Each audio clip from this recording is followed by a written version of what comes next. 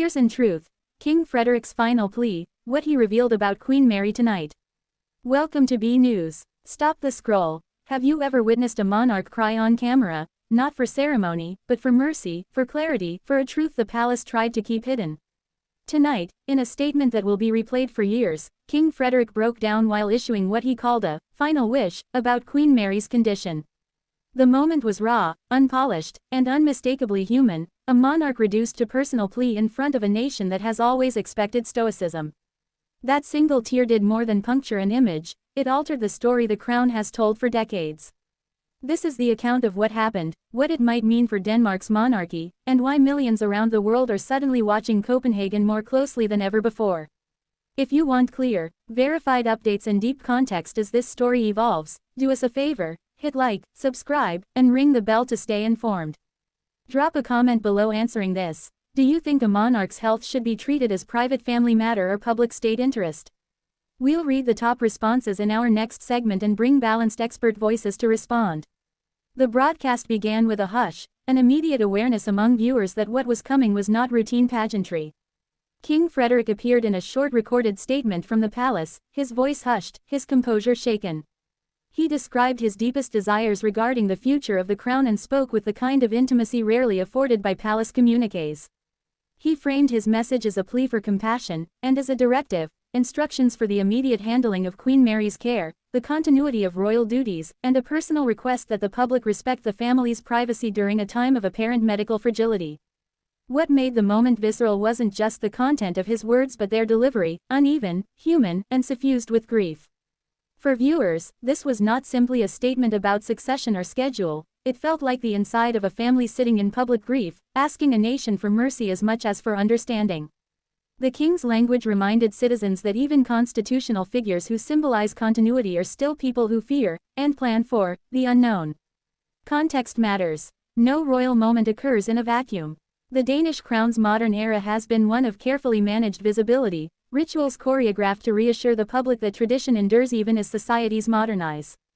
Queen Mary, once a fresh face from Australia who became Denmark's most photographed and empathetic royal, built a reputation as a hands-on advocate for children, health, and cultural diplomacy. Her absence from public life in recent weeks, coupled with guarded royal statements, had already seeded rumors and heightened anxiety. King Frederik's tearful plea tonight crystallized that anxiety into a national inflection point.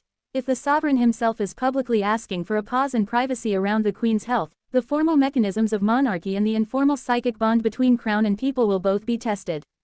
The optics of transparency versus privacy now take center stage, and Denmark, like many constitutional monarchies before it, must decide how much humanity it permits its monarchs to show without destabilizing the institution. To unpack the potential constitutional ramifications, consider what a final wish from the reigning monarch might include: delegation of duties, instructions for the regency process, personal requests about public messaging, and perhaps guidance around ceremonial obligations. A monarch's public clarity about succession mechanics can soothe political actors, but emotional declarations complicate matters. In constitutional systems, legal mechanisms exist for temporary substitution of duties, regency provisions, formal parliamentary notifications, and established courtesies between the crown and elected officials. Yet the emotional weight of a monarch's appeal changes the tone of those legalities. Rather than a sterile procedural handover, the nation is being offered an intimate view into how one family grapples with vulnerability at the center of state ritual. Analysts will watch how the government, the palace communications team, and the royal household execute the next steps, and whether they can transform a moment of raw emotion into a stable, dignified transition that preserves both privacy and public trust. Public reaction has been immediate and layered.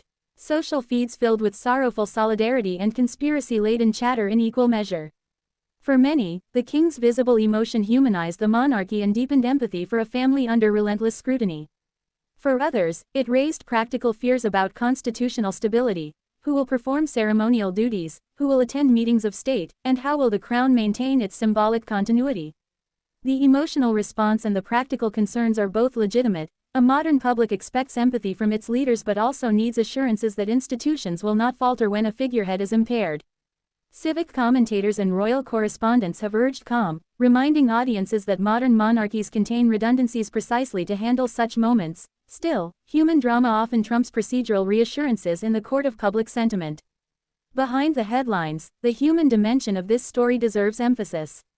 Queen Mary's life before the crown, an Australian childhood, a public courtship, and 2 decades of philanthropic engagement, shaped a persona that people across the world felt they knew.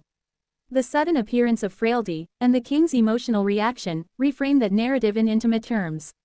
For the family, the spotlight becomes a burden. Every whispered rumor threatens private recovery, every camera shutter risks being interpreted as voyeurism. This interplay, national curiosity versus personal dignity, is central to how the story will be told and remembered. If the monarchy can navigate the next weeks with sensitivity and clarity, public trust may hold. If the palace's messaging missteps, speculation will widen into distrust, and the symbolic power that makes the crown influential could erode. Internationally, monarchies are comparative mirrors. One nation's royal moment becomes another's cautionary tale. Europe's royal families and foreign governments quickly register such shifts because they can affect diplomatic scheduling, state visits, and soft power engagements. Ambassadors and foreign ministries will seek assurances that continuity exists. Allies may offer discreet expressions of solidarity while private channels are used to coordinate any adjustments to planned ceremonial interactions. This international choreography demonstrates that while the crown is national, its ripple effects are global. A monarch's vulnerability resonates through invitations, symposia, and cultural programs far beyond a single capital. The role of media in shaping the unfolding narrative cannot be overstated. Responsible journalism must balance public interest with human decency, verify facts, resist rumor, and contextualize both constitutional mechanics and personal impacts. In the age of 24/7 feeds, a single unverified assertion can metastasize across platforms. Therefore, newsrooms must prioritize verified palace statements, government communiques, and expert commentary over speculation. 4. Broadcasters and creators, the king's tearful declaration is a call to measure, to narrate the human and the institutional with equal care. BNews' role in that landscape is to anchor viewers with reliable timeline updates, interviews with constitutional experts, and measured coverage that resists sensationalism while acknowledging the powerful emotions at play.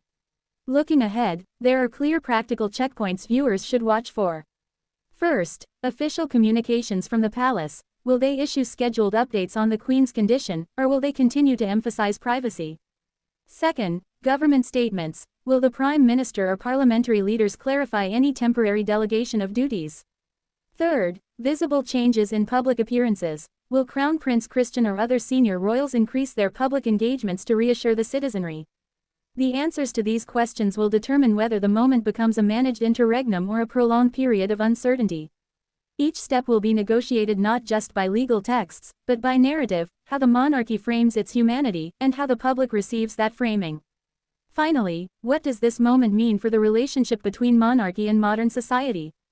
At stake is not merely the personal health of a beloved queen, but the evolving bargain between public image and private life.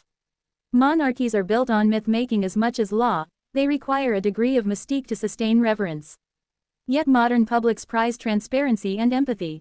The king's tears forced a collision between those two values. It made the crown human in the rawest sense and asked the nation to reconcile its affection for an institution with compassion for the people who embody it. How Denmark answers that call, through communication, constitutional practice, and cultural response, will shape the monarchy's trajectory for years to come. So now we turn to you. Should the royal household publish detailed medical updates to reassure the public, or should the family's privacy remain paramount even when the monarch himself places emotional appeals in the public record?